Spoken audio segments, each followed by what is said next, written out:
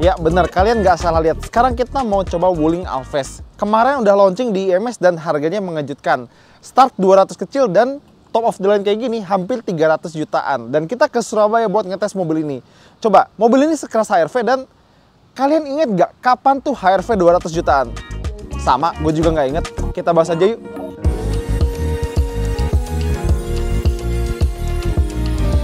Oke, sebelum kita mulai ada dua catatan yang cukup penting. Pertama, ini bukan dari Wuling Indonesia unitnya. Kita pinjam dari Wuling Blast Surabaya, tapi tenang aja. Nggak ada intervensi apapun soal pembahasan pada video kali ini. Kedua, sebenarnya ini bukan unit yang siap dijual atau yang bisa kalian beli.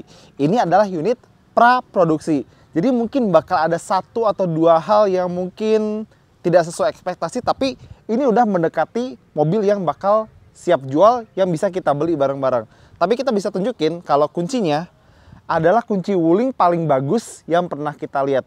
Ada motifnya dan di belakang ada 3 tombol. Buat buka kunci sama buka bagasi aja. Dan kalau buka bagasi aja, semua pintu lain tuh tetap terkunci. Jadi pintu depan, pintu belakang tetap terkunci. Yang kebuka cuma bagasinya. Dan karena kita udah punya waktu lebih banyak ya sama mobil ini, kita baru ngeh kalau di lampunya itu ada lampu LED di sini yang motifnya sama kayak ornamen di grill ini. Kita baru notice sekarang. Kecil tapi detail yang sangat menarik. Bahkan sangat menarik untuk mobil 200-300 jutaan. Yang kayak gini belum tentu ada. Kita lihat ke samping. Kenapa ke samping? Karena gue mau bahas cara ngelipet joknya biar lantainya jadi rata.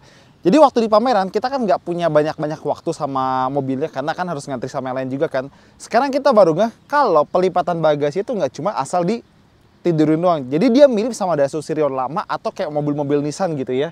Kita bisa lipat bagian bawah joknya dulu. Kita buka dari sini nih.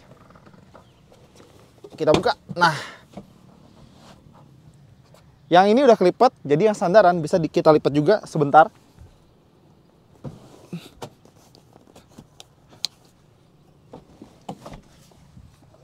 Jadi rata lantai.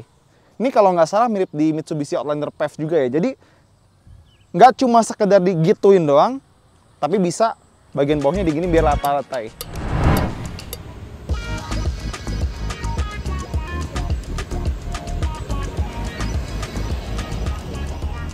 Sip, sekarang kita udah mulai masuk ke dalam Wuling Alphest, sekalian langsung nyetir. Tapi sebelum gue bahas gimana sih rasanya nyetir Wuling Alphest, mungkin ada beberapa hal yang cukup baru di kelas mobil 200-300 jutaan yang mungkin kalian belum pernah lihat sebelumnya, dan gue rasa penting untuk menyampaikan karena mobil ini mengincar mass market. Siapa aja diincar sama mobil ini. Jadi pertama, kalau misalnya kita udah dalam nih dan pintunya kekunci semua, penumpang depan mau keluar bisa dengan dua cara. Buka central locknya atau tarik handle-nya 2 kali, pintunya bakal otomatis nggak dikunci lagi. Jadi kayak sejenis konfirmasi gitu ya, tarik sekali nggak kenapa-napa, tarik yang kedua kali kunci yang ngebuka dan kita bisa buka pintunya. Kedua, kalau misalnya kalian jadi supir nih, kalian bawa mobil ini, terus kalian matiin mobilnya, mungkin kalian denger kayak misalnya audionya masih nyala, musiknya masih nyala, itu tenang aja, mobilnya udah mati. Coba deh kalian buka pintu supir, dia otomatis mati. Ini sistem yang udah ada di kayak mobil Korea, mobil Jerman gitu ya, dan udah turun ke mobil Tiongkok kayak si Wuling Alphest ini. Something to note aja sih. Nah sekarang kita bahas ergonomi nyetir ya. Pertama, waktu gue cobain di IMS, gue ngerasa posisi duduknya tinggi. Dan sekarang nyobain lagi, ternyata bener posisi duduknya emang tinggi. Jadi kita bisa lihat bagian atas dashboard, kap mesin juga masih bisa kelihatan gitu ya. Kalau misalnya kalian suka posisi duduknya agak tinggi karena ngasih rasa confident atau lebih pede, mobil ini cocok buat kalian. Tapi sayangnya pengaturan buat supir itu nggak banyak. Jadi setir cuma bisa tilt, terus joknya nggak bisa lagi diatur buat lebih rendah lagi. Ini udah settingan paling rendah dan gue masih ngerasa agak ketinggian di mobil ini. Jadi berasa kayak kita tuh duduk di atas mobil, bukan di dalam mobil. Gue suka kalau misalnya sedikit lebih rendah, tapi baik lagi kalau kalian suka nyetirnya atau duduknya agak tinggi, kalian cocok sama Wuling Alphest ini. Lanjut ke bagian head unitnya ya, karena ada beberapa hal yang gue baru ngeh sekarang ini. Waktu di pameran gue beberapa belum ngeh, tapi sekarang gue baru sadar. Pertama, misalnya nih penumpang mau ngatur seberapa keras atau kecil volumenya, suara speakernya. Gimana ngaturnya? Gue nggak lihat ada putaran atau tombol buat gede atau kecil volume. Kalau di setir sih pasti buat supir mah ada ya. Tapi kalau kalian jadi penumpang, gimana? Jadi ternyata ya caranya masuk ke menu kayak misalnya musik atau radio ya. Terus pakai 2 jari kalian, sentuh layarnya terus geser ke atas atau ke bawah. Dan kadang-kadang nggak berhasil, jadi harus trial and error, harus pembiasaan. Kenapa nggak kasih kayak putaran atau tombol gitu buat ngatur volume? Lebih sederhana, lebih mudah, dan semua orang akan cepat dengan beradaptasi seperti itu ya. Dan ada satu hal yang gue rasa Wuling melakukan dengan sangat benar. Kemarin di pameran IMS gue bilang kalau AC-nya tuh beberapa menunya itu dari layar sentuh. Itu jujur agak ini, tapi ternyata mereka nggak cuma membenamkan semuanya di layar sentuh. Jadi kalau misalnya kita pengen matiin AC ya, kan ada tombol fisik di sebelah sini. Sebenarnya nggak ada tombol yang tulisannya off, tapi kalau kita pengen matiin, ini kita tekan terus sampai displaynya 0. Jadi dia otomatis mati. Bagus, jadi kita nggak sepenuhnya bergantung sama layar sentuh, tetap ada tombol fisik. Dan gue selalu bilang, tombol fisik lebih enak, lebih intuitif, dan lebih benar daripada layar sentuh. Karena distracting, jadi kalau tombol fisik, bagus. Habis itu kita lanjut ke bagian spion tengahnya ya. Kemarin gue amazed karena dia pakai frame yang transparan. Ini gue belum pernah lihat sebelumnya di mobil manapun. Tapi begitu gue udah mulai coba nyetir, gue baru sadar akan dua hal. Pertama, ternyata dia nggak ada auto day and night. Manual pun nggak ada, jadi nggak ada sensor yang bisa ngelapin cerminnya gitu atau spion tengahnya. Jadi kalau misalnya malam-malam ada yang nembak pakai lampu dim atau lampu yang terang banget ya kita kena udah. Paling kita geser dikit spionnya. Sama hal kedua adalah ternyata ngelihat ke belakangnya tuh agak sedikit sempit ya. Padahal ini bukan mobil yang kecil, apalagi landai-landai banget kayak SUV coupe, tapi ngelihat ke belakangnya itu agak sedikit menantang. Padahal ke depan ini kacanya gede, enak. Ini juga pilar A-nya itu nggak terlalu tebal. Kaca samping juga enak, ngeliat tuh gampang. Dan spionnya tuh gede. Ngeliat ke belakang ini agak sedikit jadi tantangan. Oke, tadi udah ngejelasin sedikit hal atau beberapa hal yang baru di Wuling Alphest ini, terutama baru untuk kelas 200-300 jutaan. Sekarang kita mau bahas gimana rasanya nyetir sebuah Wuling Alphest. Nah, di pameran kemarin kita bilang kalau basic mesin 1500 cc-nya itu kurang lebih sama kayak Wuling Formo, si pickup itu loh. Tapi bedanya kalau Formo itu digedein torsinya, ini sedikit lebih digedein tenaganya. Dan waktu masuk mobil ini, waktu mengenal mobil ini, gue sempat bilang kalau misalnya jujur gue nggak expect terlalu banyak soal mesinnya. Kenapa? Karena brand Tiongkok biasanya lebih jago soal baterai dan tenaga listrik daripada soal internal combustion engine atau mesin bakar. Ekspektasi gue mobil ini akan kurang lebih 11-12 sama Wuling Almas. Dan ternyata ekspektasi gue nggak salah-salah amat. Jadi kalau misalnya kalian langsung kick down mobil ini ya, yang muncul sebenarnya malah suaranya. Larinya sih standar aja, cukup-cukup aja. Tapi kalau misalnya apakah dia kelas leading baik secara harga maupun secara kelas crossover atau SUV, sebenarnya nggak juga. Masih ada beberapa mobil di harga atau di kelasnya yang memberikan respon mesin lebih baik. Tapi kalau buat penggunaan harian, gue rasa nggak ada masalah. Apalagi kalau kalian tidak mementingkan performa mesin, karena ya mobil harian mau kemana juga sih ngebut-ngebut gitu kan. Jadi buat harian cukup, meskipun memang bukan yang terbaik secara responsivitas maupun tenaga. Dan penggunaan harian, ramah buat penggunaan harian akan jadi selling point kuat dari mobil ini. Dan faktor yang mendukung adalah setirnya. Jadi kalau misalnya kalian pernah naik beberapa mobil Tiongkok lain atau Wuling lain lah gitu, kalian pasti udah bisa expect kalau setirnya bener-bener ringan dan sebenarnya rasanya mati banget sih, bener-bener tawar, gak ada feedback, gak ada feel. Tapi ya itu, setirnya tuh ringan banget. Jadi mau buat dibelokin, mau buat puter balik, mau buat segala manuver, terutama dalam kota, setir ini sangat memudahkan pengendaranya. Jadi nggak peduli kalian baru belajar mobil, baru dapat SIM atau dalam menyetir, setir ini adalah setir yang sangat mudah untuk dioperasikan. Jadi mau parkir, mau misalnya U-turn gitu, atau lagi cari parkiran di gedung, ini adalah setir yang sangat user friendly buat siapapun, dimanapun, dan kapanpun. Tadi gue sempat bilang kan, kalau sebenarnya mesin sama responnya tuh ya cukupan aja kalau buat penggunaan harian dalam kota. Bukan yang paling bagus, cuma cukup. Dan itu berlaku juga buat gearboxnya. Dia pakai CVT dan lagi-lagi itu suara adasnya nanti kita bahas. Lagi-lagi responnya tuh ya biasa aja gitu. Cukup kalau buat harian, apalagi kalau misalnya kalian nggak ngincar performa atau kalian bukan orang yang suka ugal. Ini cukup-cukup aja. Dan sebenarnya pertama kali startup sama pas idle, kita ngedenger suara mesin itu agak sedikit kasar. Bukan getaran ya, suaranya.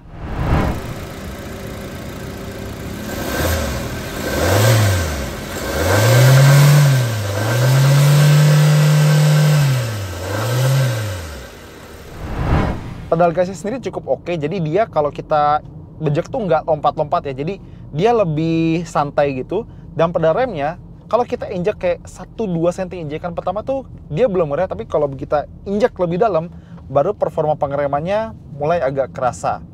Ya lumayan sih kalau buat harian. Habis itu sebenarnya suara dari speakernya itu ya standar-standar aja. Jadi bukan kayak Wuling Almas yang udah pakai speaker branded ya, Infinity ya kalau nggak salah. Dia pakai speaker normal, dan kalau kita pengen kualitas audio atau suara terbaik, kita harus mainin sendiri dari equalizernya. Dan equalizer mobil ini dia nggak ada preset kayak misalnya jazz, pop, rock gitu-gitu. Kita harus atur sendiri kayak bass, treble, dan lain-lainnya. Seperti itu. Nah, jadi rasa berkendara si Wuling Alphest ini memang menjual atau menitik beratkan di bagian mudah untuk dikendarai. Bukan asik ya, mudah. Jadi mungkin performanya bukan yang terbaik, terus mesinnya juga biasa aja, tapi dia benar-benar fokus ke kemudahan berkendara. Setirnya enteng, mesinnya cukup, jadi dia mudah untuk dikuasai atau dikendarai siapa saja, untuk kemana saja, kapan saja, dan di mana saja. Oke, kita udah ngerasain di bagian depannya, gimana bagian belakangnya? Yuk!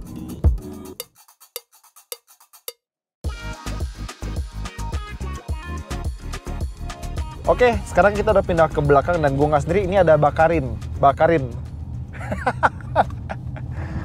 Ya, jadi sekarang kita coba duduk di belakang, dan duduk di belakang Alphest itu, kalau kalian jadi penumpang, kalian akan bersyukur. Kenapa? Pertama, space-nya lega, tinggi gue 178, dan ruang kepala bagus, ruang kaki juga bagus. Meskipun sayangnya joknya emang nggak bisa dimaju mundurin, tapi untungnya sandaran belakangnya ini bisa ditegakin atau direbahin. Jadi bisa nyantai banget lah di belakang sini. Dan kualitas material di belakang sama bagusnya kayak di depan. Udah gitu, ada beberapa kantong, misalnya di balik jok penumpang, di balik jok supir, sama di masing-masing pintu itu ada kantong. Dan kita masih dapat AC belakang. Meskipun sayangnya nggak bisa kita atur kayak kipasnya mau seberapa cepat atau temperatur berapa, tapi paling nggak ada kipas, jadi kita nggak kepanasan di sini. Dan ngomong-ngomong kepanasan, ya pastiin kalau misalnya kalian mau ngajakin teman kalian naik mobil kalian harus pakai kaca film yang bagus. Kaca film yang bagus, tahu kan apa? Pinter. Cuma baik lagi, tadi gue bilang speakernya biasa aja, terutama kalau di belakang ya standar-standar aja. Mungkin upgrade speaker perlu kali ya. Sama sayangnya di sini cuma ada satu port USB kalau buat ngecas. Jadi misalnya ada 2 orang kayak kita sekarang atau 3 orang pengen ngecas, ya berantem dulu lah siapa yang pengen ngecas. Dan mungkin kalian datang nyadar gue pegang botol di sini, kenapa? Karena sayang nggak ada armrest atau sandaran tangan di bagian tengah plus cup holder di bagian tengah. Sayang aja sih, headrest aja nggak ada, tapi ada 3 sabuk pengaman. Tapi kiri kanan 3 titik, tengah 2 titik. Terus akhirnya gue sampai ke bagian yang pengen gue bahas, suspensinya. Karena biasanya mobil dengan harga 200-300 jutaan itu ada kompromi di bagian refinement atau di bagian chassis atau di bagian suspensinya. Jadi beberapa mobil di harga ini biasanya ya cuma oke-oke doang, atau malah beberapa agak kasar. Tapi yang ini, nah tuh bantingannya enak gitu. Bahkan di belakang kita jadi penumpang, bantingannya tuh kalau gini deh, misalnya kalian pernah naik Wuling Almas, itu kan empuk atau lembutnya tuh lebay banget ya, sampai-sampai kayak wung gitu, kayak melayang gitu. Ini enggak, jadi dia masih nyaman, dia masih lembut, tapi masih ada sedikit rasa-rasa kakunya yang bikin body controlnya tuh bagus. Jadi bodinya nggak banyak goyang, apalagi kalau belok pun dia tuh body rollnya ada, tapi nggak berlebihan. Bener-bener pas antara kenyamanan dan body control. Jadi penumpang enak, bener deh. Ini salah satu mobil yang kalau kalian jadi penumpang, kalian akan bersyukur dan menikmatinya. Oke, bagian belakang udah. Gimana kalau di tol? Kita coba.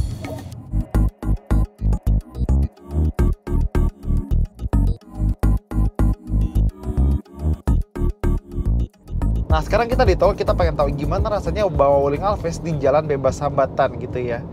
Jadi pertama-tama gue pengen bahas speedometernya. Dia pakai instrumen full layar kayak Almas Hybrid, dan karena dia punya sistem ADAS, dia bisa baca kayak ada mobil, ada motor, bahkan truk pun bisa kebaca sama mobil ini. Kedua, sekarang kita di kecepatan sekitar 82 km/jam dan dia ada di 1500 rpm. Jadi karena dia pakai CVT, RPM-nya cukup rendah, jadi lumayan tenang. Meskipun tadi kita bilang suara mesinnya emang agak kasar ya, agak sedikit masuk sih kalau boleh jujur. Tapi cuma itu aja yang masuk. Karena sebenarnya gue impressed atau kagum sama kekendapan suara dari si Wuling Alphest ini. Beneran, kita sekarang bawa di kecepatan sekitar 80 km/jam dan suara angin tuh bener-bener minim. suara dari aspal itu juga nyaris nggak ada.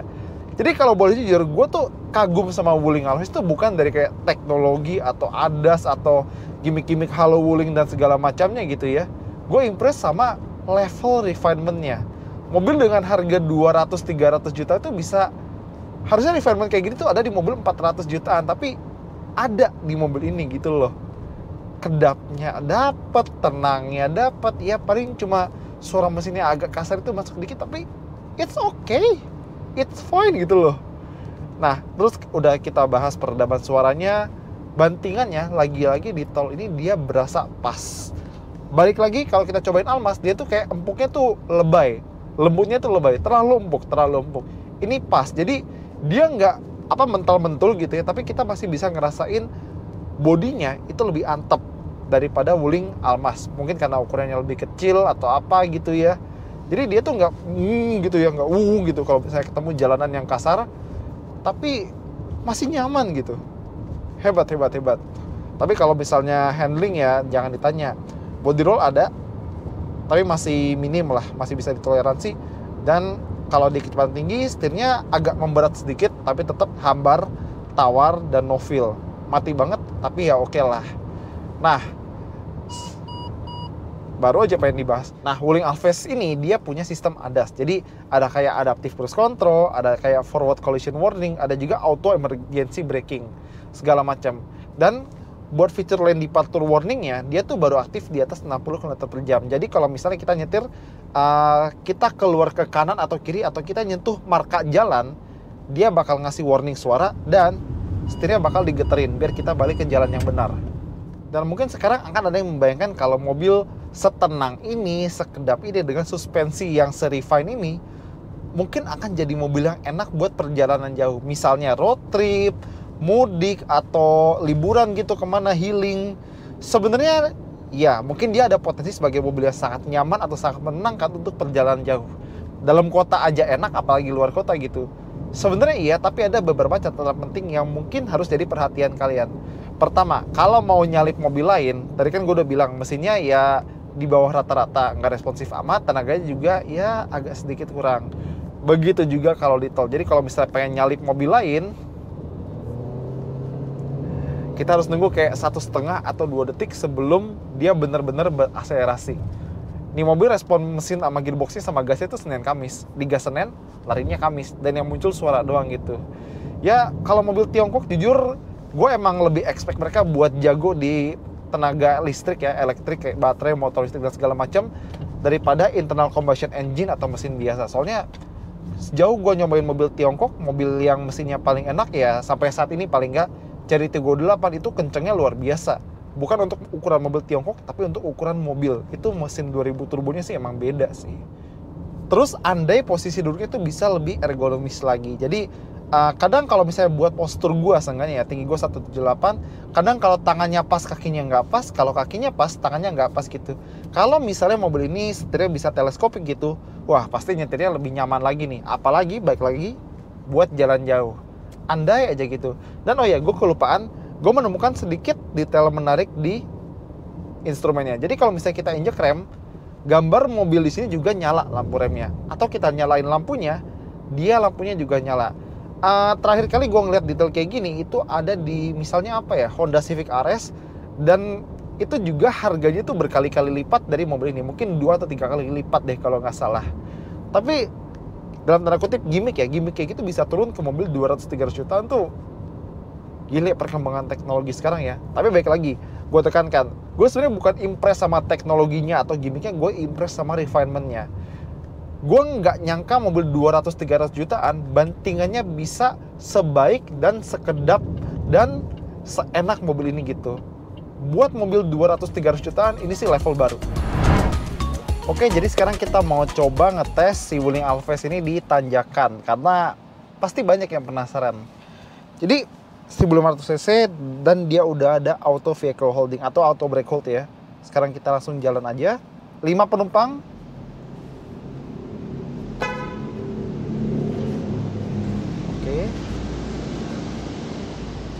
Kita coba berhenti di sini.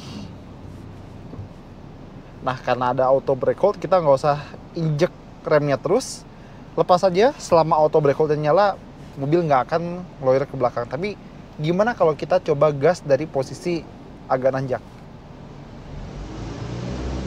Wih, nggak mundur, bagus. Dan dia ngejaga di sekitar 2000 biar dia masih bisa nanjak.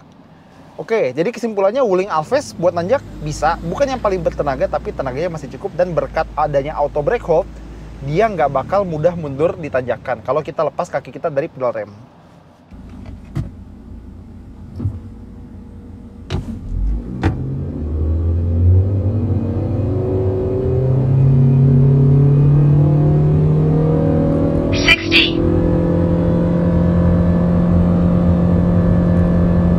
Kecepatan adalah 80 km per jam. 100.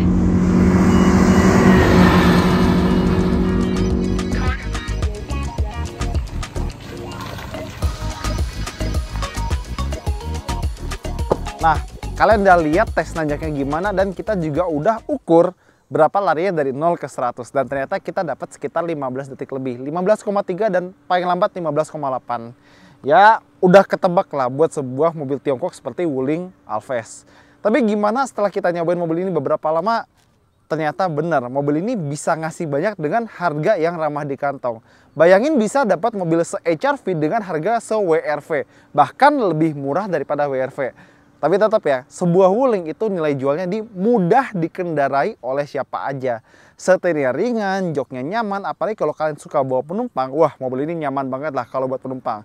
Jadi mobil ini emang bener-bener nggak mengincar engagement pas driving atau performa atau handling yang gimana banget, enggak. Mobil ini buat mudah dikendarai, gampang parkir, terus ada ADAS-nya, dan kekedapan suara bantingnya itu bener-bener gak kerasa kayak mobil 200-300 jutaan. Kerasanya lebih dari itu. Dan lagi-lagi mobil ini bisa menyenggol banyak segmen. LCGC kena, city car kena, subcompact hatchback kena, subcompact SUV kena, subcompact crossover atau small SUV, small crossover kena. Bahkan kalau misalnya kalian bener-bener gak butuh 7-seater, LMPV dan LSUV lain juga bisa kena. Bahkan nih ya, bisa perang saudara. Wuling Almaz yang paling murah pun bisa kena sama mobil ini. Kenapa kita harus beli Wuling Almaz yang paling mahal kalau kita beli ini aja udah dapet mobil yang fiturnya lebih lengkap, sedikit lebih compact, ya mirip-mirip lah sama Wuling Almaz. Jadi sebenarnya mobil ini mendobrak banyak pakem gitu ya. Siapa bilang mobil 200-300 juta banyak komprominya. Ini bisa dapat banyak. Jadi kalau misalnya kalian nggak peduli sama gue nggak butuh mesin kenceng-kenceng lah, mau kemana juga, nggak peduli gearbox, dan pengen gitu, nggak keberatan buat nyobain brand Tiongkok atau brand baru, bisa jadi ini adalah partner baru kalian buat transportasi kemana-mana. Oke, itu aja dari kita. Thank you banget udah nonton. Jangan lupa jempolnya, komentar, dan subscribe.